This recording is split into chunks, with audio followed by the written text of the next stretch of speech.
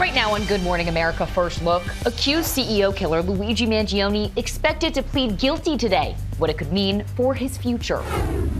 Catastrophic flooding in the Midwest, the new evacuations overnight, and in Hawaii, the new hurricane warning now issued. A new twist in the custody battle involving a surrogate who fled to Texas to have a baby against the biological parents' wishes. From a swanky restaurant to a hotel lobby, why bear encounters are surging this year. Vandalism on the National Mall as the World War II memorial is targeted. The growing backlash over surveillance cameras used by police across the country and privacy concerns. The changes now being made. A piece of Golden Girls history sold. And the luxury yacht sinking just days after being delivered to its new owner. From ABC News, this is Good Morning America First Look. Good Friday morning, everyone. I'm Hanna Battah. And I'm Sophie Flay. We begin with Luigi Mangione, the man accused of gunning down a CEO of a health insurance company. Mangione is expected to plead guilty today, but many questions remain about the future of the case against him. This morning, Luigi Mangione is expected to plead guilty to federal charges just weeks before his state murder trial is set to begin. Sources say the announcement is expected at a hearing in New York today. Legal experts say Mangione's guilty plea in the federal case could potentially allow him to avoid the state trial. If he was ever going to have an argument about double jeopardy, this is the way to do it. Plead guilty in the federal case, make an argument in New York State where it's very protective against double jeopardy that he shouldn't be tried again. Mangione faces 2 counts of federal stalking, resulting in the death of United Healthcare CEO Brian Thompson, who was gunned down on a New York sidewalk in 2024. Police say the words delay, deny, and depose were written on the ammunition, echoing a phrase used by insurance industry critics to describe how insurers avoid paying claims. A 5-day manhunt ended with Mangione's arrest in Pennsylvania. The Justice Department originally wanted the death penalty, but a judge threw out the federal murder charges in January, taking execution off the table. I will bet that one of the requirements for Mangione is going to be that he wants to speak. He wants to make a statement. He wants to talk to the judge, but really to the world. Many questions remain ahead of today's hearing, such as what charges Mangione will plead guilty to? What will he get in return? And even if he does plead guilty in the federal case, will prosecutors argue that the state charges are different enough to proceed with next month's trial? I think it's likely that a state case would still happen. It might be more narrowed, but more likely than not, state prosecutors would be able to argue that it's just a different crime. The federal stalking charges that Mangione faces carry a maximum penalty of life in prison without parole. Parts of the Midwest are bracing for more damaging floods with a new round of storms. Ohio's governor warning of dangerous overnight flooding. Indiana is bearing the brunt of it under a state of emergency as rescues continue around the clock. Night vision drone video shows firefighters going from home to home. And evacuations have now been ordered along the Whitewater River, where flooding is described as unprecedented. Downpours left this semi-truck submerged on the side of the road, with water up to the roofs in some neighborhoods. Families lost everything. Overwhelming. Like you out of control. It's devastating. But everyone's okay, and I have wonderful neighbors, and it's a great community, and we'll get through it. Devastating. Meanwhile, Hawaii is bracing for Lala, which could be the first hurricane to make landfall on Hawaii in 34 years. A hurricane warning is issued for the Big Island, and we'll check your forecast in a few moments. We have new reporting on the mental health concerns among the crew of a U.S. aircraft carrier whose deployment has been extended because of the war in Iran. The Pentagon now responding to reports of sailors jumping overboard. ABC's Karen Hua has the details. Karen, good morning. Hannah, good morning. We're learning more about the sailors and Marines on the USS Lincoln, who finally will be getting some relief at sea. This morning, the Pentagon is pushing back, denying reports of a mental health crisis on board the USS Abraham Lincoln. Completely misrepresented. Listen, we make sure that every ship, every crew, every captain has everything we can provide them at every single moment.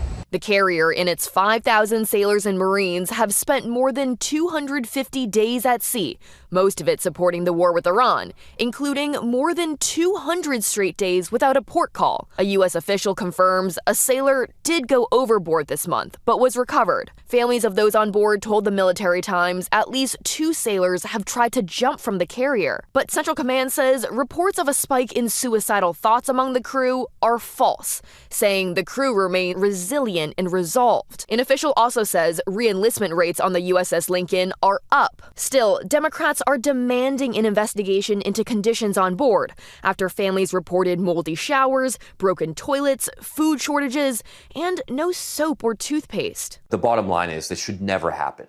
This is an unforced error. The ship can't even go into a port in the Gulf because Trump's war has actually made it so dangerous that there's no safe port for the Abraham Lincoln. ABC News has learned the USS George Washington, which is home ported in Japan, is headed west and is set to replace the Lincoln as part of a long-planned rotation. Democratic Senator Richard Blumenthal is giving the Pentagon 2 weeks to provide more details about the conditions aboard the Lincoln and the Navy's plans going forward. Sophie? Karen, thank you. Ukraine has attacked an oil refinery deep inside Russia with a drone, setting it on fire. It's one of Russia's largest refineries, the 4th one targeted in the past 3 days, all part of the ongoing campaign to choke Russia's vital oil industry. 4 people were reportedly injured. A bird strike might be to blame for the terrifying moments on a flight over Europe last month. A passenger was nearly sucked out of a Ryan Airjet through a window. The engine blade had broken off and the glass had knocked out the glass just after takeoff from Greece. Quick-thinking passengers and his seatbelt kept the man inside. Investigators have revealed the bird remains were found inside the plane's damaged engine.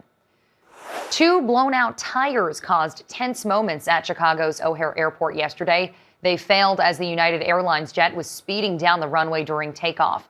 The pilots managed to slam on the brakes. No one was hurt.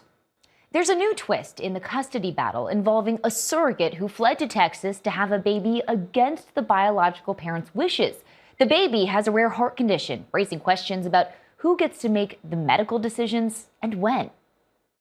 A major development in a bitter legal battle playing out in Texas after a surrogate gave birth to a baby with a severe heart defect. McKenna West was hired by a California couple, Nasheen Gilkar and Omar Ahmed, to carry their child. But 20 weeks into the pregnancy came the devastating diagnosis. The child would have a rare and life-threatening heart condition in which the left side of the heart is underdeveloped, requiring multiple surgeries. According to West's lawyers, the couple then requested she terminate the pregnancy. But West, who lives in Alaska, refused and traveled to Texas, an anti-abortion state, to continue the pregnancy.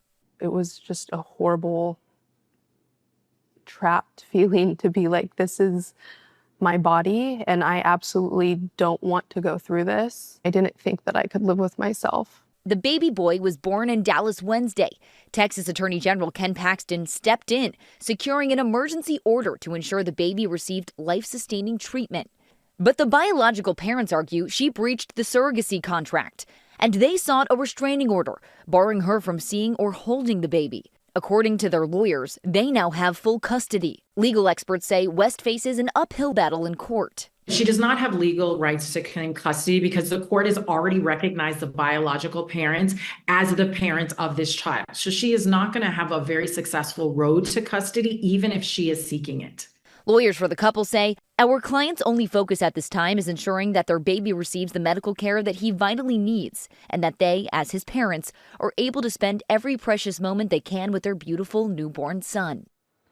A court order prevents the parents from taking the baby out of Texas until a hearing later this month. Time now for your Friday weather. Good Friday morning. Unfortunately, we're watching for the possibility of more flooding in these hard-hit areas of the Ohio Valley, Indiana. In particular, rounds of thunderstorms into this morning can create rainfall rates of up to 2 inches per hour. The heat, the other big story. From Kansas to Kentucky, we have extreme heat warnings in effect. Heat index values up to around 110 degrees. And this dangerous heat wave will continue into the weekend in places like Oklahoma City and Nashville. Triple-digit actual high temperatures. Meteorologist Jeff Smith, ABC News. Coming up, the death of a child star who became famous on Nickelodeon. Also ahead, how a woman out for a morning jog fended off her attacker, trying to drag her into the woods. And a $9 million yacht sinking just days after being delivered to its new owner. My name is Jessica. And welcome to Whatever with Gina and Jessica. That's actress Christy Knowings, best known for her work on the comedy show All That on Nickelodeon. She passed away at the age of 46. TMZ reports she had an asthma attack last week that left her with brain damage. She starred on the show in the late 90s along with Kenan Thompson and Amanda Bynes. A Florida woman is being commended for her bravery after fighting off an attacker. Police say she was jogging near Jacksonville when a man grabbed her from behind and dragged her into the woods. He then started removing her clothes, but she fought back. She managed to escape and ran to a nearby home for help. Police body camera video shows the 22-year-old suspect being arrested a short time later. There's no easy way to describe the courage that it takes to fight back during such a horrifying and frightening situation. But our victim found that courage, and I'm so proud of her. Her strength and bravery is nothing short of remarkable, and it helped bring our suspect to justice. The sheriff says the woman suffered minor injuries and is recovering. A jury has now been selected in the Tupac Shakur murder trial. 6 men and 10 women will hear the case of Dwayne Davis. He's pleaded not guilty. Opening statements are set for Monday. Shakur was killed in a drive-by shooting in Las Vegas in 1996. Davis wrote in a book that he was in the car where the shots came from, but later he claimed his words were only for entertainment purposes. A shocking scene off the coast of Italy. This $9 million yacht went under just days after being delivered to its new owner. Officials say an engine failure sparked a fire off the coast of Sardinia. 14 people were on board at the time. They're all safe. Authorities are now trying to recover the yacht. Years ago, we saw snakes on a plane. This week, there were goats on a bus. It happened in Portland, Oregon. A pair of pygmy goats strolled onto a city bus during Tuesday's morning rush. Moments later, they walked off after a passenger shooed them away. Police don't know where the goats came from or where they went. Coming up, a big financial settlement for customers of a popular food delivery service. Also ahead, the growing backlash over surveillance cameras used by police across the country. The changes now being made. Back now with some baseball magic at the annual Field of Dreams game. Cal Ripken Jr. and Mike Schmidt were among the Hall of Famers who emerged from the corn stalks before that game in Iowa. Then the Phillies' Kyle Schwarber swatted 2 home runs into the corn. Philly ended up beating Minnesota 7-1. President Trump's name may be going back onto the Kennedy Center for the Performing Arts. It comes after Trump's allies on the board voted to close the center for repairs and add the words restored and renovated by President Donald J. Trump to the building. A judge previously ordered Trump's name removed. This new plan will now be subject to court approval. And the World War II Memorial on the National Mall has been closed as park police try to figure out who's responsible for spray painting the monument. Officials called the vandalism a disgrace that will not be tolerated. There's growing backlash over surveillance cameras being used by police across the country. The company that makes those cameras is now responding to privacy concerns. This morning, the company behind more than 120,000 license plate tracking cameras nationwide is promising major changes after a report found police officers have been using the cameras to stalk women. These changes fall into 3 big areas: privacy, security, and accountability. Together, they mark a new chapter for Flock.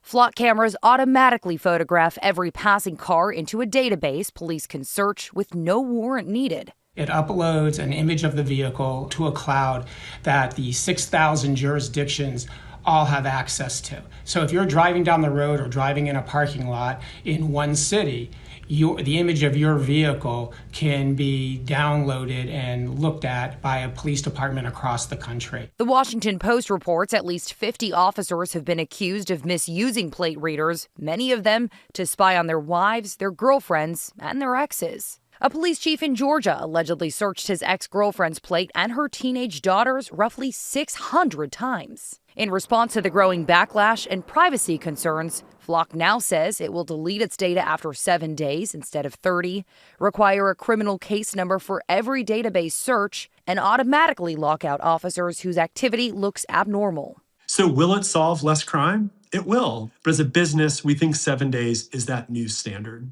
Privacy advocates claim it doesn't go far enough. The Center for Democracy and Technology calling it, quote, the same just trust us policy with a fresh coat of paint. Flock says its cameras helped solve more than 1 million crimes last year. It's urging state lawmakers to make the company's new safeguards the law. Payments will soon go out to more than 600,000 GrubHub customers and drivers as part of a $24 million settlement.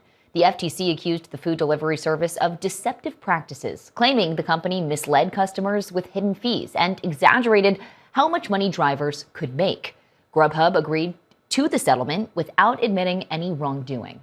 Coming up, a piece of Golden Girls history sold. Plus, the bear that hit up this swanky restaurant for a meal. Thank you for being a friend. Time to check the pulse. We begin with a prized possession that traveled down the road and back again. Yes, the straw bag Sophia carried on the Golden Girls just sold at auction for $192,000. Estelle Getty bought the purse at a thrift store to complete her outfit when she auditioned for the role. And she carried it for all 7 seasons of the show. It's iconic. Yeah, the buyer says she is a huge Golden Girls fan who used to watch the show with her grandma. Sounds like it found a good home. Yes. Next, a bear in search of a fancy dinner. Yeah, so this bear managed to get inside an upscale restaurant in Aspen, Colorado. Bear encounters have been on the rise across the state this year because of the drought and the wildfires in the area that limits the bear's food supply. A bear got inside this hotel lobby in Breckenridge Monday looking for some snacks. And north of the border, this bear went rummaging through a golf cart in British Columbia looking for food and taking away some wallets. Next, he's called Sam the Bird Caller, and he's back, taking his talents to the NBA. Oh yeah, he went viral, wowing everyone with his bird calls. Now, the Atlanta Hawks have recruited him to announce their season schedule, and he identified a bird with special significance to each city represented. The rock pigeon. American crow. The northern cardinal. For example, he chose the cardinal for the Cavs because that's Ohio's state bird, and the crows for the Celtics because they were sacred in Celtic mythology. And finally, the power of an angry octopus. Yeah, this fisherman in the Philippines was struggling after an octopus latched onto his face. It helps when you have 8 arms to keep a grip. Yeah, the man managed to get himself free after a lengthy battle, and the octopus was freed back into the ocean. Headlines next. Checking more top stories, the woman suspected of killing a man in Florida and using multiple disguises to go on the run has been captured after nearly 2 months. Authorities in the Florida Panhandle tracked down 38-year-old Isabel Johnson. 5 others were arrested, including on drug charges. Tyson Foods is closing 2 more beef plants in Utah and Illinois. The decision coming as the industry faces the historic cattle shortage nationwide. 7th graders in a Virginia classroom jumped in to save their teacher during a knife attack. Police say the students tackled the 12-year-old suspect and constrained him until help arrived. The teacher needed stitches for non-life-threatening injuries. The boy was taken into custody. Former boxer Pritchard Colon has died. He suffered a traumatic brain injury during a fight back in 2015. He was just 33 years old. Today's weather, more flooding from Indiana and Ohio into Kentucky, extreme heat across the south, and a hurricane warning for Hawaii's Big Island as Lala approaches, with 2 feet of rain possible this weekend. And finally, the story of Pumpkin the cat. Here's Danny New. Pumpkin. Autumn must be on its way because here comes a sizable pumpkin. Have you ever had a cat that you could hold like this with arms dangling like that?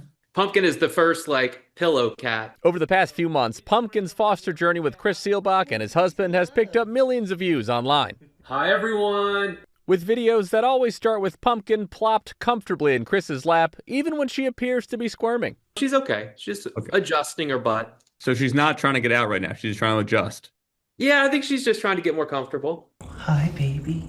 But when Pumpkin first arrived to SPCA Cincinnati, she seemed to be anything but comfortable. Chris, who is actually the president of SPCA Cincinnati, says not only did Pumpkin weigh 25 pounds when she was surrendered to them, but Pumpkin came to us really dirty, with fleas. I do think the woman did love her, but she was not living in the best conditions. Hello. So Pumpkin came to stay with Chris, his husband, and their 3 cats until she was ready for adoption. And over time, with a little diet adjustment, Pumpkin started to slim down and become much more agile. Look who's up on Craig's lap. Eventually, even being able to get on and off the couch. The first couple months we had her, she almost didn't move. However, as her muscles strengthened, so did her bond with Chris and his whole feline family. So last weekend, Chris brought Pumpkin back to SPCA for one final checkup and then officially adopted her into their home. Now, this Pumpkin has finally found a new patch. Wanted to get her healthy enough to get her adopted, but really just fell in love with her along the way. Chris says the vet wanted Pumpkin to lose 10 pounds in the first few months, which proved to be a little difficult. However, guys, over the past 5 months, Pumpkin has slimmed down from 25 pounds to a sleek 22.1. That's your GMA First Look.